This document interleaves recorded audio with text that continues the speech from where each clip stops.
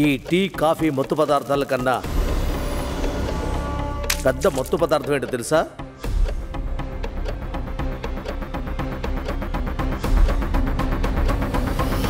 రాజకీయం.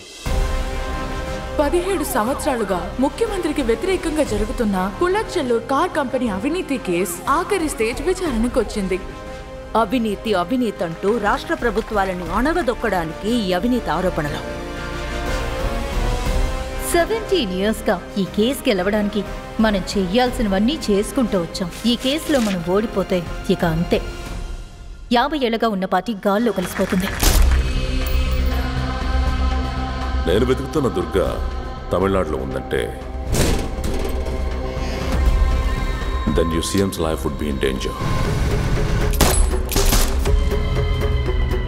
నేను తలుచుకుంటే నీ ప్రపంచం ఒక్క నిమిషంలో తలకిందలైపోతుంది.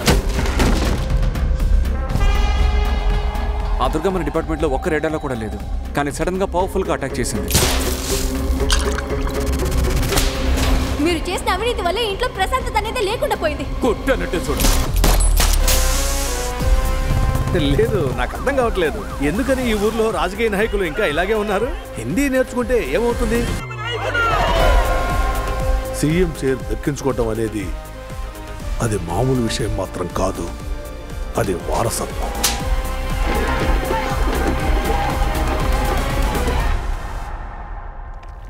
ఇప్పుడు నేనేం చేయమంటారు అందరూ?